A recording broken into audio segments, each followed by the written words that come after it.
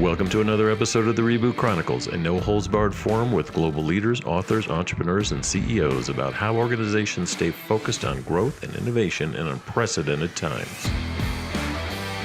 I'm your host, Dean Tobias, coming to you live from Reviv's North American headquarters in Chicago, and we would like to thank you for joining us from around the globe today. I'd like to welcome Scott Miller back to the Reboot Chronicles. He is a multi-best-selling author, radio and podcast host, leadership coach, columnist, and global keynote speaker. Scott's latest book, Master Mentors Volume 2, includes 30 transformative insights from some of the world's greatest minds that we could all use now. You know, like me, Scott seems to be always doing too many things, but I think they're good things. He's not one of those annoying multitaskers who is kind of paying attention to you and you're having lunch together. I think he listens, he cares, and he helps people. And lately, he's been quite busy traveling the globe on his book and speaking tour. But we got him to take a quick pause with us and join us on the air today. Scott, it's so good to see you. Dean, great to see you, man. Thank you for the platform, the spotlight, and I'm wishing you and your neighbors in Southwest Florida a strong recovery and a resilient spirit post the recent hurricane. We appreciate that coming from you, a Florida native. That's great to hear. Hey, maybe that's a good place to start since you did live down here years ago when you were a child. You were famously fired from or kicked out from Disney, which I would consider a badge of honor, quite frankly. But tell us about that and how did that help reboot you? Flash forward now, years later, you're kind of a guru now.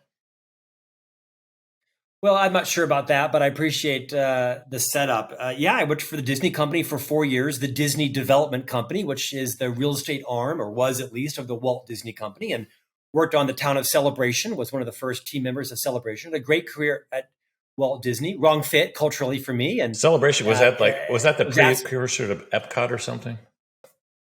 Well, so actually Celebration was Walt Disney's original idea for Epcot, right? Okay. Sort of the amalgamation of the Jetsons meets Mayberry, sort of the technology innovation of the future with the values of the yesteryears. An amazing project. I had a great run there. Learned a ton. Was the only non-Ivy League graduate degree member of the entire team. Everyone was from Wharton or Stanford or Penn or somewhere. Harvard, but I had a great run there. They invited me to leave, a bit of a shock. But quite frankly, I kind of behaved myself into a reputation that was not what I wanted it to be the rest of my career. Probably the best reboot of my life. I think the worst day of your life is the day you're fired. And the best day of your life is the next day when you probably were relieved of a burden that you didn't fully know anyway. And so I think sometimes being relieved of responsibility, maybe to your horror, is a great thing. In life, I generally tend to live my mindset around this idea of sometimes a disappointment turns into an appointment. Yes. And so whenever I get bad news or a setback, I always immediately think, okay, what's the silver lining? Yes, I may have lost a large client. Great. Now I've got 70 hours to deploy somewhere else. Or maybe, this or that was canceled. What else should I focus on, including maybe myself? So I think generally my biggest lesson is to look for the silver lining. And as I'm rebooting, think about, okay, this has happened for a reason, may well be out of my control. What now? What's the lesson for me to learn that I don't repeat? I like that. Your positive energy is intoxicating. By the way, does that work for relationships, boyfriend, girlfriend stuff too, or that rule? Well, I've been dumped. Yeah, I mean, not by my wife, fortunately, but by others. I'm sure there's the principle of sometimes a disappointment turns into appointment is all how you manage it, right? I mean, we know this adage to be true. Life is 10% what happens to you and 90% how you react to it. Why is it that way always? And I think as I've matured, I'm much more in control of my reaction to perhaps things that I can't completely control, or if I could, I can no longer control it. Why is it that we always forget that 10-90% thing you just said? It's such good advice. Because we're humans, we're emotional humans, right? And we like to be in control and we like to not be humiliated by others. We don't want other people making decisions on our behalf.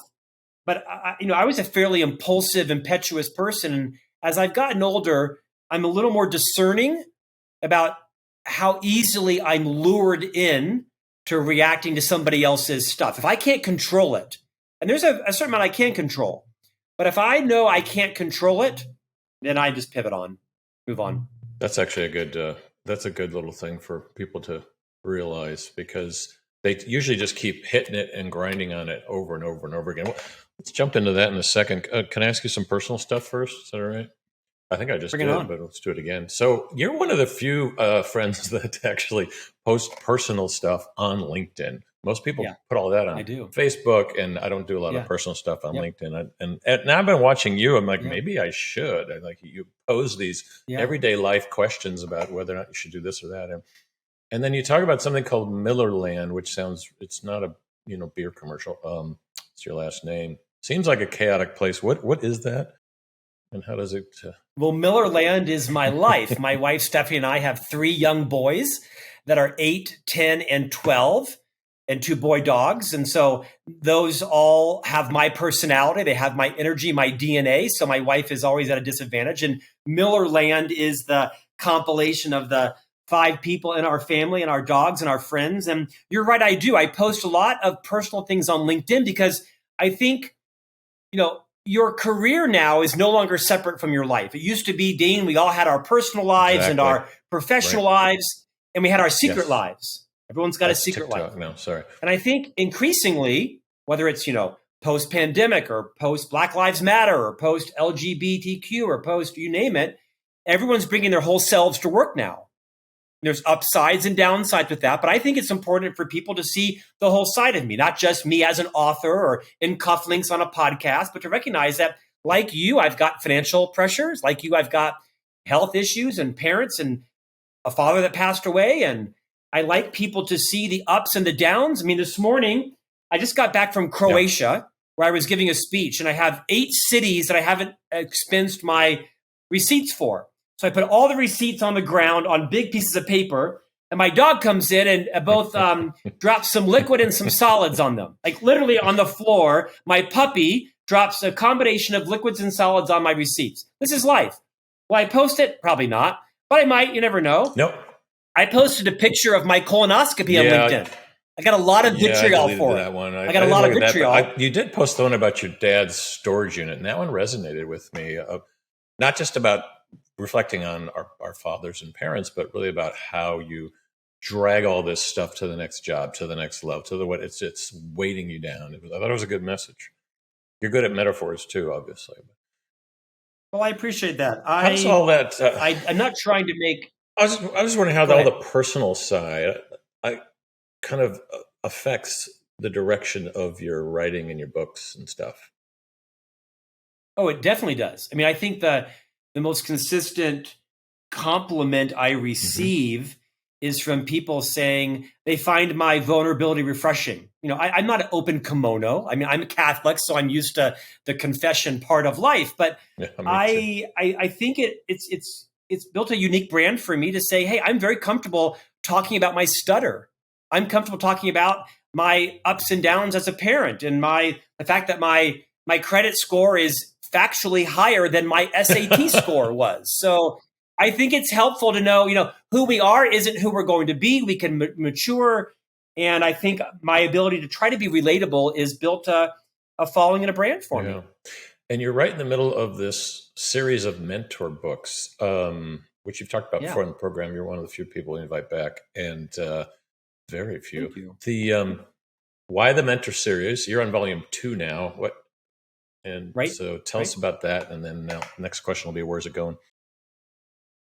Sure. So like you, I'm privileged to host a large podcast where each week I get to interview, celebrities and business titans, best-selling authors, people who've survived a trauma and can teach us what to learn from that. And what I found, Dean, probably like you, is some of the good stuff was off air. It was, in the 5 or 6 minutes beforehand or at the end. I'm like, oh my gosh, why didn't you share that on screen? That's like a golden nugget. Yeah. So it's the best stuff. And so with the permission of the guest and HarperCollins' confidence in me, I've got a 10-year, 10-book deal with HarperCollins called Master Mentors, 30 transformative insights from our greatest minds. And every year I pick 30 people from the podcast and I write something about an insight they shared. Easy breezy. This is not Jim Collins' Good to Great, but more like Chicken Soup for the Soul, short chapters.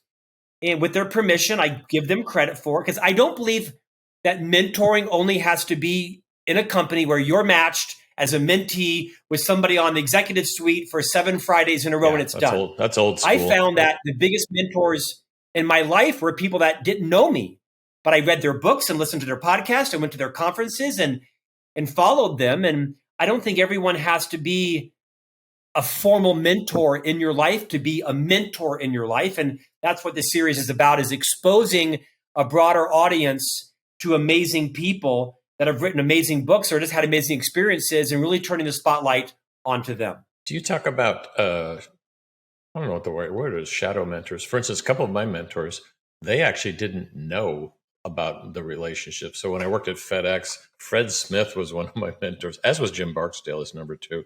And that's where I learned the hardcore side of, business. And then with other CEOs, it was, I guess you call it modeling, probably, in a child kind of relationship. Do you talk about much of that, or is it always? Because I think you're right. The old formal stuffy mentor relationship thing just seems like that was a nice era, but let's move on. Well, it's still happening in some companies, but obviously, post-pandemic life and this kind of hybrid world, it is more difficult to get formal mentors that can meet with you. Just the politics and culture of companies has changed. So you're absolutely right. Whether it's on one end, a formal mentoring program, or in the middle, kind of like shadow mentorship, where you know the person, but you've not formally asked them to mentor you. You're just sucking the wisdom out of them without them knowing about it. Or in the far end, where perhaps you're being mentored by someone that you don't even know. I think you've got to get clear on what it is you're trying to accomplish. What do you want to learn and do? And then surround yourself formally, informally, with a variety of mentors throughout your entire life. I don't know anybody, you or me, that's had any modicum of success that hasn't done it with some type of mentorship. It's a key component to success in life. So you just said what the mentee, they should have a goal, but I often find it's the mentor that kind of sets the agenda, and it's actually backwards. It's the receiver that needs to dictate. Is that right? Yeah. I have a point of view on this. It sounds like common sense, but when you said it, I'm like, wow, I don't think it always happens the right way. Well, I think what usually happens is you get someone like you or I that has a successful career, big personality. We're used to making decisions and setting the agenda and leading the conversation. And we're also used to imprinting our mentee with our formula for success.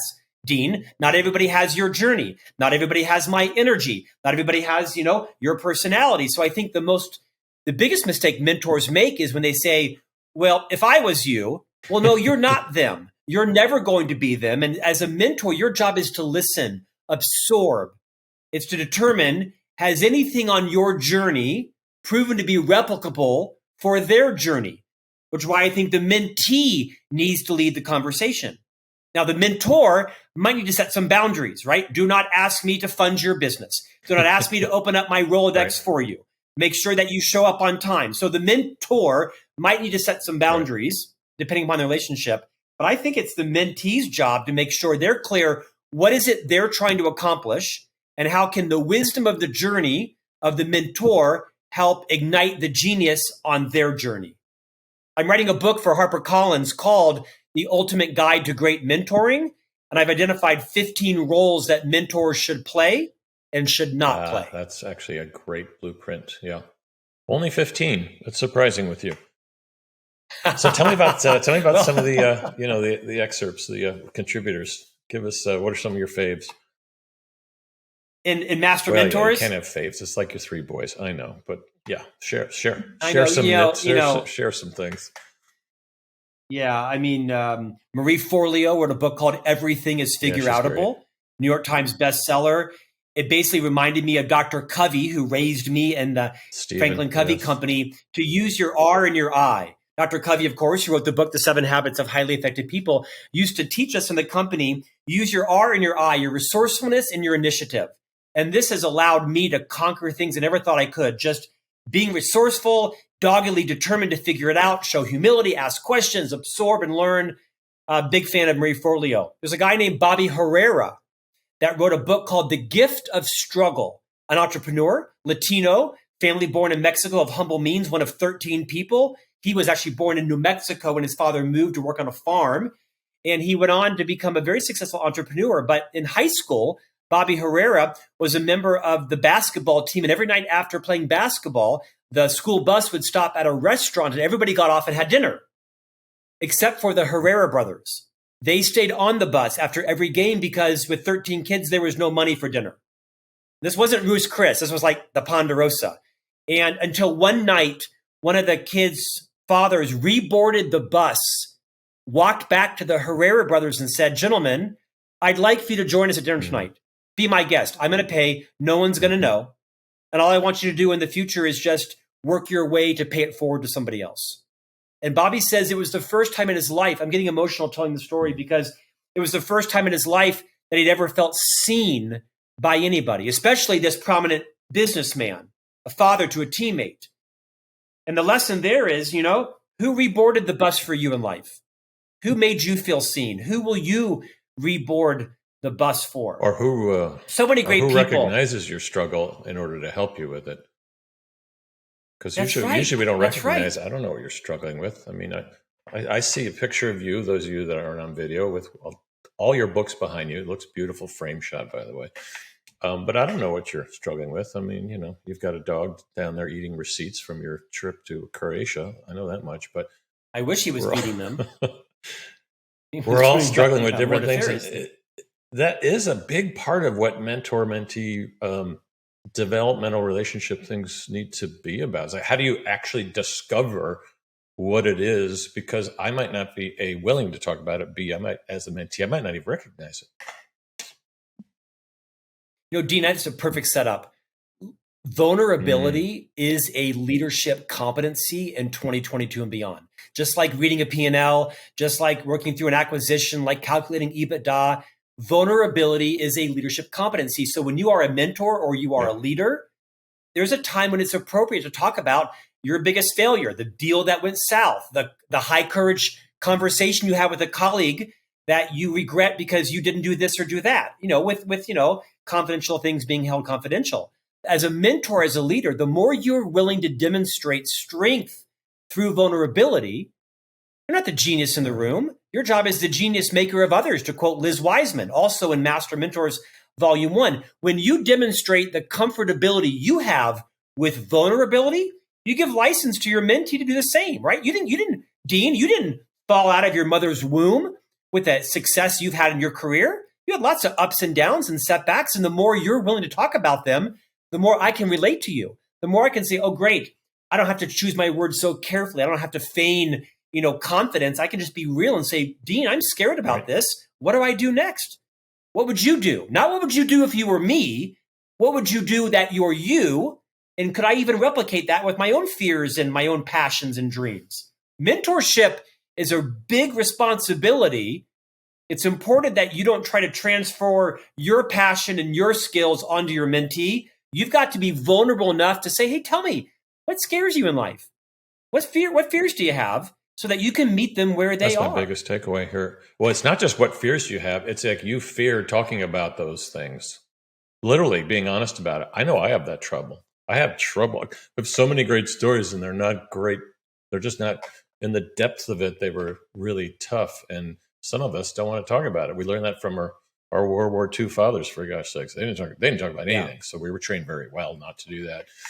But it all seems to be coming out. Now I know why you're writing this series, because it is what is missing in societies all over the world, which is the transference of helping the next generation really be better, not withholding so much, but actually sharing. And it's just not prevalent enough in society today. And you see it not just in the bad neighborhoods, in every part of society, every nationality, pretty much in every country you and I travel to, we see it.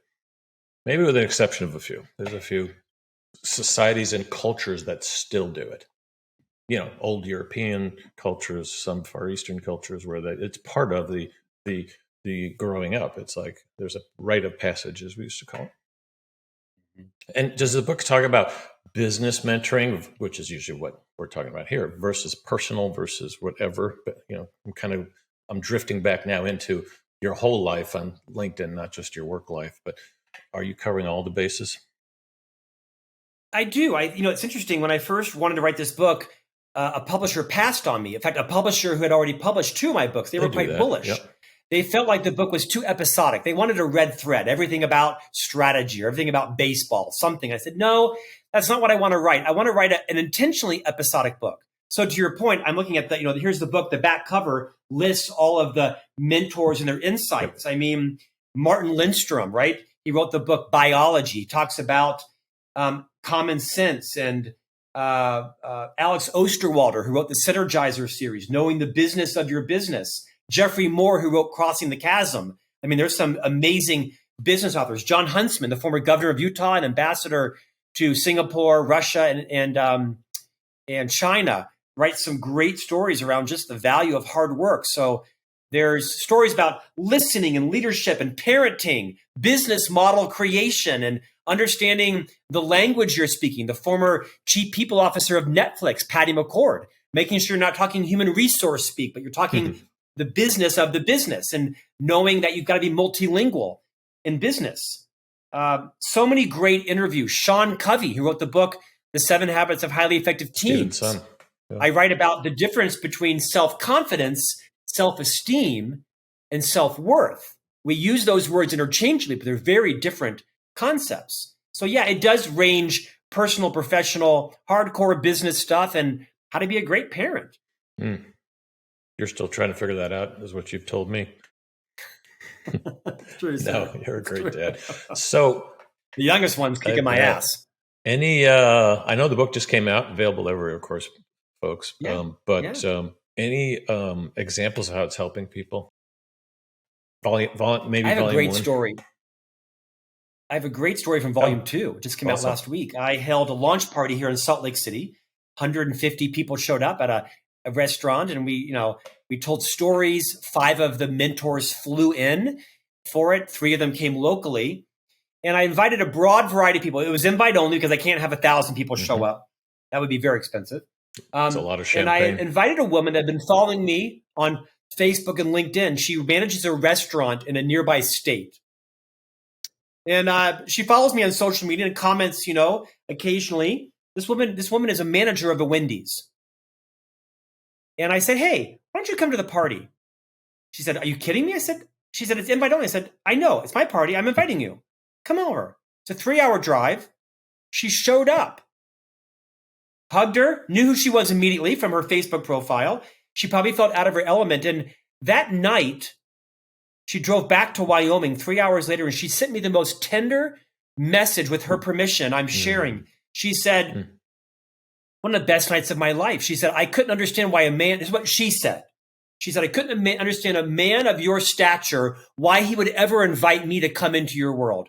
I was so nervous coming. All these business leaders and titans and celebrities, and the press was there. She said, and then she said, the moment I walked in the restaurant, you hugged me, you welcomed me, and all that washed away. I'm so grateful for you making me feel like an equal. I feel seen by you. She was there. Bobby Herrera, the Gift of Struggle guy, was there telling the story.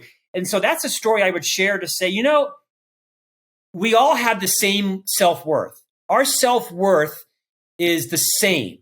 It's creator given. If you're religious, it's God given. If you're not, it's, whoever created you is given. But our self-worth is the same. Our self-confidence and our self-esteem fluctuates wildly based on how we allow people to treat us, how we choose to show up. And so that's a story of someone who saw me as not her equal. I don't know why. I can guess why, but we're absolutely equal. We're both achieving our own great purposes with the talents we have and the fears we have and the head start some of us had and the humility. And so that's a story that it was very tender to me. Yeah, and if you take a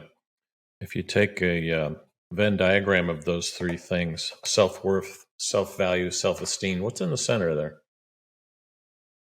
Sorry, getting professorial on you here. No, I just like gave you an that. idea for your new book. Yeah, I mean, what my answer would be is really getting clear on what your mission is, right? I mean, why you're here. I don't know why I'm here. Increasingly, I think it's to raise these 3 young sons, but people who follow me know I was kind of a reluctant parent. I didn't want to have children. She was hot. I married her, and she wanted kids, and so that was part of the deal. And she's still around, and she's still hot and smart and kicking my ass. and I deserve it. I think your purpose, right? Finding your purpose and your mission is the center of self-esteem, self-confidence, and self-worth.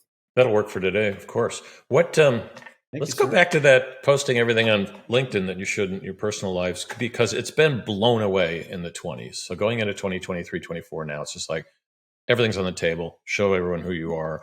So the question in that is, in this hyper-connected, neurotic, digital screen world, how do you, I'll just say an old thing, how do you manage that work-life balance? Because you still have work and you still have, your non-work stuff. It's like, and then it's like, you don't. I mean, you're laughing. I see you laughing at the question. Yeah. Any tips on that? Yeah, I'll share a maybe unpopular idea. I think it's probably bunk. There's probably no such thing as work-life balance when in a hyper-connected world where my phone, I get about 600 emails a day. I probably get another 600 to 700 social media messages. I'm over 1,000 inbound. I'm looking for my points of information. Yeah, I'm just going to inject. I'm looking for my phone. I can't find it. But we used to measure, I'm in the tech industry, how many times people looked at their phone a day. We stopped measuring it because they're always looking at it. We can't even measure it anymore. Yes, right. Anyway. Right. So the premise probably is work-life balance in and of how we think of it probably is a myth. Jillian Michaels is a friend of mine. I've interviewed her on several occasions, the TV celebrity and a nutritionist, health, wellness expert. And she said, you can have it all, just not at the same time. And she talked about this idea that I try to follow, which is there are seasons in our life. There are seasons of balance. There are seasons of imbalance. I'm launching 4 books in the next year.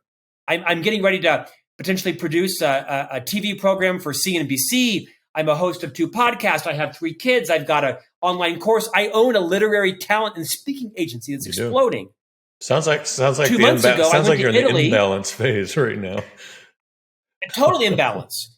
3 months ago in June, my family went to Italy for 10 days, and I was completely disconnected. Oh, it was on LinkedIn. I saw it. It was on LinkedIn, but I was having fun. I was not writing a single chapter. I wasn't writing columns for magazines. I wasn't reading books for the podcast. I was reading fiction and drinking champagne and playing in the pool with my boys. So my best suggestion is recognize there's going to be times of imbalance. I'm in a multi-city tour doing hundreds of interviews in the next 6 or so weeks. And then come Thanksgiving, I will take a week off and I will do my best to shut down and get back in balance. That's been my solution, is to surround myself with really competent people and trust them to make smart decisions in the business with me and for me. And then recognize there's times of balance and times of imbalance. And like seasons, you can't always be in summer. You're going to move to fall, and fall is natural. Fall happens whether you want it to or not. And so you've got to be in control of when you deliberately move into your next season. Exactly. Maybe you're not going to Italy for 10 days. Your season might be 3 days. It might be 3 weeks. We don't all have the luxury of checking out for 10 days. It's a rarity for me. Yeah, I used to call them. I used to call them micro sabbaticals. Take them off, and that's well why said, I ask, because micro-sabbaticals. people don't, in the hyper-connected world, they don't get to it enough, including myself, by the way. Yeah. So Yeah. in the minute or so we have left, I want to thank you for joining again, by the way. How about a really personal story where you did struggle and people can learn from it without crying or anything? Just so you've. I might cry. Is it okay? I'm talking about me. Yeah. Any parting words that would help people? Because people love yours. People love your stories. I'm a lifelong stutterer. I have a really debilitating speech impediment. There are probably 30 words I cannot say in public. It triples in the wintertime because the cold weather greatly exacerbates my stutter. And so I've had to become a voracious reader to build a massive vocabulary so that when I know a stutter word is coming up, I take a metaphorical off-ramp in my car, get into a rest stop and pick up a word and come back on, which is sometimes why I say strange things, because the stutter word is coming up and the word that I'm picking up may not be an exact replacement. But I talk about it freely and openly, and inevitably someone comes up to me after a speech or a keynote and talks about their stutter or their metaphorical stutter. I don't use it gratuitously. I don't try to talk about it to have you feel more endeared to me. But like you said earlier, everybody's got something going on in their life, right? A bill they can't pay, a in-law moving into dementia, a fear they have, a teenage son who's doing something naughty. Everyone's got something going on. Everyone's got a hidden story. I think the more patient, the more kind and empathetic, to realize people behave the way they do for a reason. Clinically, only 10% of the population are truly sociopaths. The other 90% of us are just trying to struggle through and make it through life. And so maybe all of us could be a little more forgiving, recognizing that everybody's got a hidden story and you may not know what their stutter I love is. it. Thanks, Scott. My lesson from that is don't hide stuff. Just show it. And you're a great example of that. You've been listening to Scott Miller, a regular on the Reboot Chronicles. This is Dean Tobias. We want to thank you for joining us today. We will see you soon.